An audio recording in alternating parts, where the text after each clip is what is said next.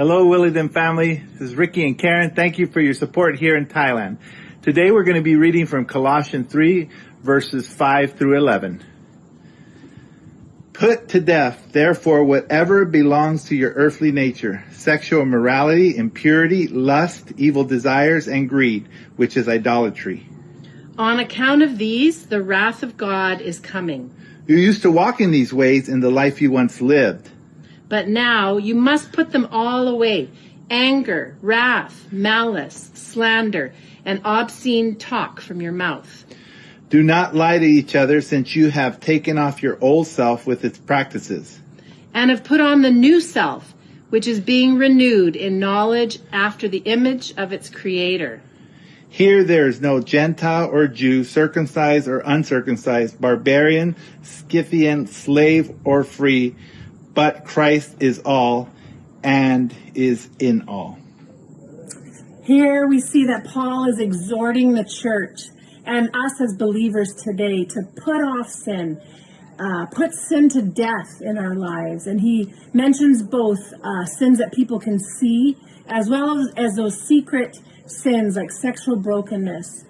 He exhorts us to be careful of the words that come out of our mouth and that they would be pleasing to God. But the great news comes after that, after he says that there is the wrath of God for those who do not put sin to death. But the good news comes that Christ within us is the way that we are renewed. It's not a work on our own effort, but it's that transformative presence of Jesus that changes us from the inside out. At the end of the passage, Paul is writing here from prison in Rome, and this is right before he's going to be put to death. So these are some very important words. He says there is no Gentile or Jew.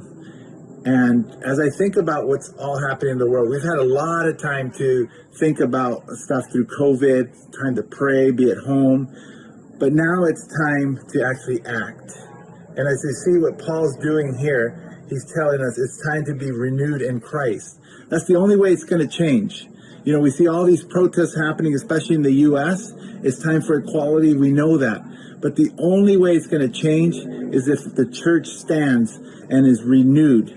And it's got to be renewal in Christ. And then we share that hope we have in Christ so that others are renewed. That's what's going to change the world. And so, church, are you ready to stand with us? Are you ready to be renewed? I sure am. Thanks. It's time to be renewed.